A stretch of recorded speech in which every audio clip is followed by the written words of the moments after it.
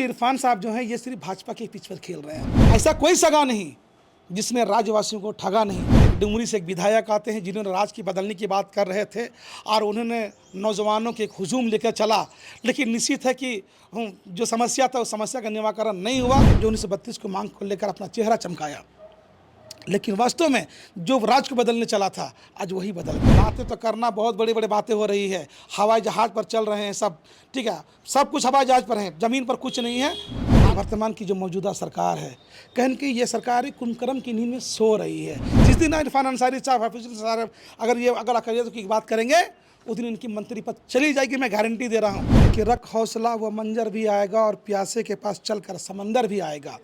तो थक हार के ना बैठ ए मंजिल के मुसाफिर, मंजिल भी मिलेगी और मिलने का मज़ा भी आएगा। कि हमारी मांगों पर जल्द से जल्द विचार किया जाए, वरना इसी राजधानी में एक बड़ा उन्मूलन होगा और किसी तरह का अगर कोई क्षति होता है इसका जवाब राज्य सरकार को देना। आपकी विकास पार्टी के केंद्रीय अध्यक्ष गुलाम मुस्तफा ने आज राज्यपाल संतोष गंगवार से मुलाकात कर जनहित से जुड़े कई मुद्दों से उनका ध्यान आकृष्ट करवाया है और एक मांग पत्र भी सौंपी गई है। हम इनसे समझते हैं, हमारे साथ गुलाम मुस्तफा जी हैं। गुलाम जी, क्या समस्याएं लेकर लोक भवन पहुंचे थे आप?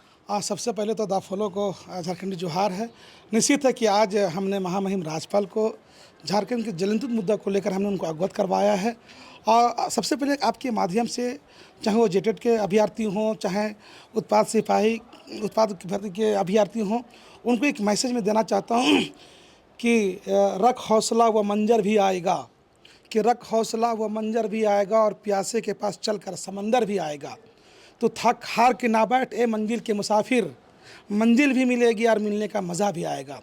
निश्चित है कि आज वर्तमान की जो मौजूदा सरकार है, कहन कि ये सरकार ही कुंभकर्ण की नींद में सो रही है। ये बंटी बबली की जो सरकार है, जो हमने ये बीजेपी के जो हमारे नेता प्रतिपक्ष है आदरणीय बाबूलाल मरांडी जी, उन्होंने इनका नाम दिया है। आज झारखंड को अलग हुए 26 साल हो चुका है। कहीं न कहीं जो लक्ष्य को रखकर बिहार से झारखंड को अलग किया गया है, आज वो लक्ष्य कहीं दूर दूर तक नहीं दिखाई देती है। हमें कहते हुए बड़ा गर्व भी होता है और दुख भी होता है कि झारखंड एक ऐसी राज्य है जो हिंदुस्तान की पहली राज्य है जहाँ पर 50% से ज़्यादा खनिज संपत्तियाँ हैं। हमारे यहाँ कोयला है, लेकिन बिजली का सप्लाई बांग्लादेश और बंगाल को जा रहा है और हमारे राज्यवासी अंधेरे में रह रहे हैं। ये दुर्भाग्य है। हमारे दुर्भाग्य ये भी है कि यहाँ की तमाम पॉलिटिकल पार्टियाँ, चाहे कांग्रेस हो, जेएमएम हो, भाजपा हो, आरजेडी हो, एक नई पार्टी अभी राज्य में आई है जो 1932 को मांग को लेकर अपना चेहरा चमकाया, लेकिन वास्तव में जो राज को बदलने चला था आज वही बदल गए। और हमेशा से इस राज्यवासियों की नियोजन नीति की मांग रही है और इसी के सब मामलों के लेकर हमने महामहिम से अवगत कराया है कि भाई झारखंड वासियों का, मूल वासियों का सबसे बड़ी जो मांग रही है वो रहा है कि भाई नियोजन नीति आधारित खतियान आप लागू करिए ताकि यहाँ के लोगों को रोज़गार मिल सके, यहाँ के लोगों को बेहतर शिक्षा मिल सके, यहाँ के लोगों को अच्छा जगह पर उसको नौकरी मिल सके।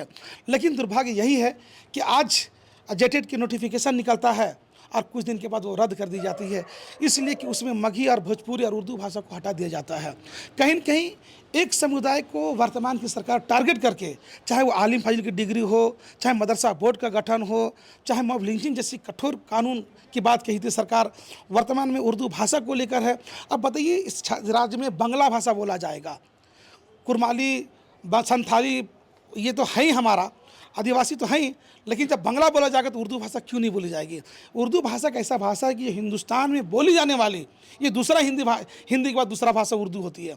लेकिन ये सरकार अभी 26 जो नोटिफिकेशन निकला उसमें ये उर्दू भाषा को हटा दिया। तो हमने महामहिम से ये भी कहा कि भाई उर्दू भाषा को इसमें अपना हस्तक्षेप करते हुए, क्योंकि लोगों में काफ़ी आक्रोश है और कोडरमा जिला में अबरख का एक बहुत बड़ा उद्योग है वहाँ पर, और पूरे देशों विदेशों में कोडरमा में अबरख नगर के नाम से चर्चित है विदेशों विदेशों में। यहाँ की वर्तमान की सरकारें, मौजूदा विधायक, सांसद तमाम जाके कोडरमा की मजदूरों के साथ फ़ोटो खिंचवा कर अपना चेहरा चमकाए, लेकिन आज तक समस्या का हल नहीं कर पाया। जो पहले जो मेजर में था उसको माइनर में कर दिया गया था, इससे ढिबरा चुनने वाले लोगों को काफ़ी कठिनाई का सामना हो रहा था। सरकार ने वादा किया था 24 के चुनाव में कि अगर हमारी सरकार बनती है तो जो ढिबरा का समस्या है इसको माइनिंग से हम मेजर में करेंगे, लेकिन आज तक नहीं हो पाई। तो हमने उनको भी अवगत कराया। और सबसे बड़ा जो बोकारो पुष्पा महतो हत्याकांड की जो पूरी राज्य में चर्चा रहा, निश्चित है कि बोकारो जिला का शासन प्रशासन और जो SIT का टीम गठन किया गया था, कहीं न कहीं अपराधियों को बचाने के लिए पूरी टीम उस पर काम किया। अंततः यही हुआ कि उस बच्चे को इंसाफ नहीं मिला। आनन फानन में हजारीबाग के ये बोकारो के जो SP हैं, सभी थाना के तमाम लोगों को सस्पेंड किया। उससे नहीं चलेगा। हमने महामहिम तो DNA रिपोर्ट जांच का आदेश दिया है, कोलकाता जांच के लिए भेजा पीड़ित गया है। परिवार की मां का कहना यही है कि जो कंकाल मिला है वो आपको कैसे मालूम पड़ा कि वो कंकाल उसी के बेटी का है? ये हमारा नहीं, ये उनकी मां का कहना था। क्योंकि जो टीम गई, जो पुलिस गई, उन्होंने बताया कि कुछ हड्डियां मिली, 18-20 हड्डियां मिला, और वो एग्जैक्ट नहीं बता सका कि उसी पुष्पा का ही ये कंकाल है। उनकी मां का आरोप है। तो हमने महामहिम से कहा है कि इस पीड़ित परिवार को 1 करोड़ रुपये का मुआवजा और रिटायर्ड जज की अध्यक्षता में या तो CBI को ये केस सौंपा जाए, और 1 करोड़ का जो मुआवजा है ये सरकार नहीं, जितने भी अपराधी को बचाने में शामिल तरह अपराधी हैं उनकी अचल संपत्तियों को जब्त करके पीड़ित परिवार को दिया जाए। और दूसरा था कि हमारा मदरसा बोर्ड, आज बिहार की तर्ज पर मदरसा बोर्ड चल रहा है, लेकिन आज तक मदरसा बोर्ड हमारा गठन नहीं हो पाया है। अब चितरपुर का एक मामला है, रामगढ़ जिला के चितरपुर है, बड़की पौना रेलवे स्टेशन है, जहाँ पर लाखों की आबादी है और हज़ारों के लोग के भीड़ में लोगों का आवागमन होता है। हम फोटो दिखाएंगे आपको। ट्रैक रेलवे पटरियों पर चलकर नीचे से लोग जाते हैं, आए दिन घटना घट जाती है। कई बार देखिए, मैं दिखाना चाहूँगा आपको कि ये क्या हाल है वहाँ के लोगों को। देख लीजिए आप, कैसे लोग जाते आते हैं, देख लीजिए। लेकिन सरकार बहरे नींद में सो गई है, इस पर कोई संज्ञान नहीं है। DRM के भी इन्होंने पत्र लिखा कि भाई यहाँ पर 1 फुट एक रोड ओवर ब्रिज बनाया जाए ताकि लोगों को आवागमन में कोई दिक्कत ना हो। 4 किलोमीटर घूमनी पड़ती है। तीसरी बात वहीं की मामला है कि इतना जनसंख्या आबादी होने के बावजूद वहाँ पर स्वास्थ्य केंद्र की सुविधा नहीं है। वहाँ के गरीब, दलित, आदिवासी, वंचित लोगों का उपचार कराने के लिए रामगढ़ सदर अस्पताल आना पड़ता है, जहाँ की इतनी आबादी है। एक स्वास्थ्य केंद्र है भी, हमारे वर्तमान की जो सेवा मंत्री श्री बड़े बड़े कागजों पर वादा कर रहा है, ये नहीं चलेगी। अच्छा, आपको बीच में रोकना चाहेंगे कि आप बड़ी अच्छी बात कही है कि जो ज्वलंत मुद्दा है उनसे राज्यपाल को अवगत करवाया है, चाहे पुष्पा महतो हत्याकांड की बात कर ले या तो फिर JTET की बात कर ले, उत्पाद सिपाही की बात कर ले। उर्दू को आपने कहा कि उपेक्षित किया गया है, राज्य में जो सेकंड भाषा है मानी जाती है। आप ही के समाज से 2 मंत्री हैं इस सरकार में, उनसे आप लोगों ने मुलाकात की। उन्होंने कहा है कि हम लोग हिंदू, मुस्लिम, सिख, ईसाई से इतर सबको समान एक ही आंख से देखते हैं। देखिए, जिस दिन इन लोग अगर मुद्दा की अगर बात रखना लगेंगे, उस दिन इन लोगों को पार्टी से निष्कासित कर दिया जाएगा। अभी आपने देखा कि इस राज्य में नगर निगम का चुनाव हुआ। नगर निगम चुनाव ये कोई पार्टी बेसिस पे चुनाव नहीं हुआ था, इंडिपेंडेंट चुनाव हुआ। मैं बताना चाहता हूँ कि जमशेदपुर से जेबा खान एक महिला लेडी हैं जो कन्याकुमारी से लेकर, कश्मीर से लेकर कन्याकुमारी तक राहुल गांधी जी के साथ चले, और जब वो नगर के जब चुनाव लड़ने के अध्यक्ष पद की जब दावेदारी किए तो पार्टी उनको बाहर का रास्ता दिखा दिया गया। हजारीबाग से सरफराज अहमद है जो JMM के लिए पूरी जवानी बर्बाद कर दिया, और उन्होंने भी अगर चुनाव लड़ने की बात की तो उन्होंने भी पार्टी का रास्ता निकाल दिया गया। निश्चित है कि जिस दिन इरफान अंसारी साहब, हाफिज साहब अगर अकालियत की बात करेंगे उस दिन इनकी मंत्री पद चली जाएगी, मैं गारंटी दे रहा हूँ। और हमारी जब बात करें कि मंत्री के, ये लोग बिल्कुल निकम्मे लोग हैं, और हमारे जो इरफान साहब जो हैं ये सिर्फ भाजपा के पिच पर खेल रहे हैं। आपने देखा होगा कि वर्तमान में इस राज्य में रामनवमी की त्यौहार मनाई गई और बड़ा विवाद भी रहा। कहीं न कहीं इसका सारा जो है वो इरफान अंसारी का रहा, क्योंकि इन्होंने ऐसे ऐसे बयान दिया, क्योंकि सुप्रीम कोर्ट का कुछ गाइडलाइन आया था कि भाई DJ नहीं बताना है, तो उसके लिए प्रशासन है, सरकार में लोग बैठे हुए हैं। लेकिन इन्होंने जिस तरह से लोगों को गुमराह किया और इस तरह से माहौल बिगड़ा और हजारीबाग में कई लोगों की जानें चली गई, इसका कसूरवार कौन है? भाजपा जो चाह रही थी इरफान अंसारी वही कर रहा था। तो ये देखिए, अच्छा, तो आपने JMM, RJD, BJP, कांग्रेस तमाम पार्टियों पर आरोप लगाए हैं।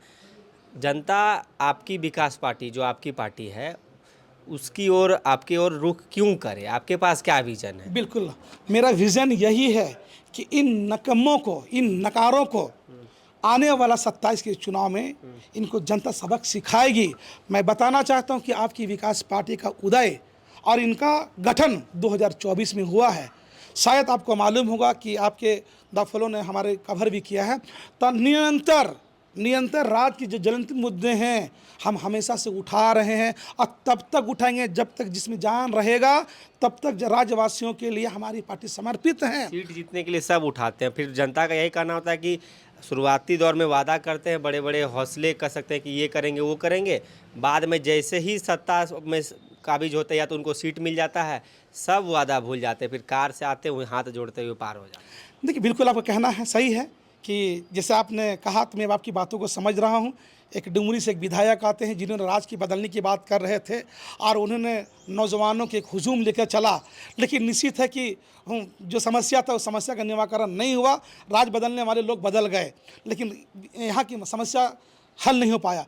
खैर इनके कथनी और करने में फ़र्क है। निश्चित है कि आने वाला समय में जो आपकी विकास पार्टी के एक विकल्प के तौर में देख रहे हैं लोग, इस पर गुलाम मुस्तफ़ा आपकी विकास पार्टी खड़े उतरने का काम करेंगे। निश्चित है कि जो पार्टियां जो ऐसा कोई सगा नहीं जिसने राज्यवासियों को ठगा नहीं। मुझे कहते हुए ये भी दुख होता है कि आज किसी भी होटल में चले जाइए, आप किसी भी होटल रेस्टोरेंट में चले जाइए, जिस तरह से मेनू होटल में होता है आज इस सरकार में भी मेनू चल रहा है। कहाँ जाना है, कोडरमा जाना है, कहाँ जाना है, धनबाद जाना है, कहाँ जाना, रांची जाना है, तो हर चीज़ के लिए रेट तय है। इस राज्य की अर्थव्यवस्था बिल्कुल चरमरा चुकी है। विधि व्यवस्था नाम का कोई चीज़ नहीं है। इस राज्य की राज्यवासियों ने इसलिए सरकार को जनमत दिया था कि हमारी बहन बेटी की इज्जत आबरू की हिफाजत हो, नौजवानों को रोज़गार मिले, गरीब गुरुओं की शिक्षा मिले। लेकिन देख लीजिए ये कहने की सिर्फ है अबुआ दिसम अबुआ सरकार। मैं पूछना चाहता हूँ आपके माध्यम से कि अबुआ सरकार के मतलब क्या है, अबुआ राज के मतलब क्या है। अबुआ दिसम के मतलब है कि अबुआ सरकार में 4 करोड़ की अगर आबादी है यहाँ पर तो सब खुशहाल होना चाहिए, 3 वक्त की रोटी का व्यवस्था होना चाहिए, दवाइयों की व्यवस्था होनी चाहिए। आप तमाम सदर अस्पतालों में घूम लीजिए, बातें तो करना बहुत बड़ी बड़ी बातें हो रही है, हवाई जहाज़ पर चल रहे हैं सब, ठीक है, सब कुछ हवाई जहाज़ पर है, ज़मीन पर कुछ नहीं है। आने वाला समय में इस सरकार को जवाब देना पड़ेगा। और हम आपके माध्यम से ये भी कहना चाह रहे हैं कि जो मांग हमने महामहिम राज्यपाल को ज्ञापन दिया है, हमने उनसे अनुरोध किया है कि हमारी मांगों पर जल्द से जल्द विचार किया जाए, वरना इसी राजधानी में एक बड़ा उन्मूलन होगा और किसी तरह का अगर कोई क्षति होता है इसका जवाब राज्य सरकार को देना होगा। गोल, जहां 27 वर्षों के सफर में 17,000 से भी अधिक छात्रों ने डॉक्टर एवं इंजीनियर बनकर भरे सफलता की ऊंची उड़ान, जहां साधारण छात्र भी झारखंड टॉपर्स बनकर बना रहे इतिहास। दूरदर्शी शिक्षाविद श्री विपिन सिंह के मार्गदर्शन में मेडिकल एवं इंजीनियरिंग के लाखों छात्रों के लिए आशा की किरण के रूप में goal, nations leading institute. Biome institute NEET की तैयारी के लिए एक भरोसेमंद नाम। यहाँ अनुभवी फैकल्टी, स्मार्ट क्लासरूम और बेहतरीन टीचिंग मेथड से स्टूडेंट्स को मिलती है मजबूत तैयारी। यहाँ हर स्टूडेंट को मिलता है पर्सनल गाइडेंस और डाउट क्लियरिंग का पूरा सपोर्ट। नीट 2027 और 28 के लिए फेज 2 बैच 30 अप्रैल से शुरू हो रहा है। आज ही बायोम इंस्टीट्यूट से जुड़े और अपने डॉक्टर बनने के सपने को दे सही दिशा। बायोम इंस्टीट्यूट सिर्फ मेडिकल प्रिपरेशन का संस्थान।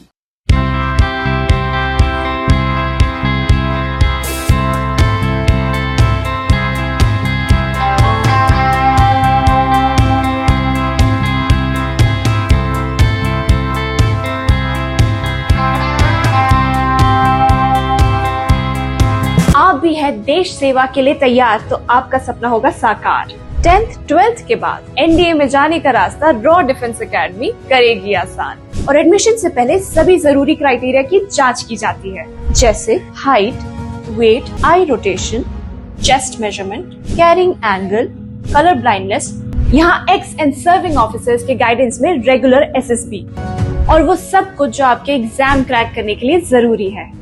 मतलब एडमिशन से पहले ही आपको पता होगा कि कहाँ मेहनत करनी है। तो ज्यादा इंतजार मत कीजिए क्योंकि नए बैच की डेट अनाउंस हो चुकी है और अधिक जानकारी के लिए स्क्रीन पे दिए गए नंबर पर संपर्क करें। प्रतियोगिता परीक्षा की तैयारी का एकमात्र संस्थान NIBM banking, SSC, railway, JPSC परीक्षा की करे तैयारी। जौहरी का भूमिका ये संस्था अदा कर रही है और हीरा चमक रहा है। पूरे NIBM परिवार को मैं तहे दिल से धन्यवाद देती हूँ कि उन्होंने अपने कुम्हार के रोल को बहुत अच्छी तरह से निभाया। मेरा सिलेक्शन IBPS CSA में बैंक ऑफ महाराष्ट्र में हुआ है। करंटली मेरा RRBPO में हुआ है। मेरा सिलेक्शन बैंक ऑफ इंडिया में एज ऑफिसर स्केल 1 हुआ है। मेरा सिलेक्शन इंडियन ओवरसीज बैंक में एज PO हुआ है। NIBM झारखंड का एकमात्र संस्थान। thefollowup.in like, share and subscribe. www.thefollowup.in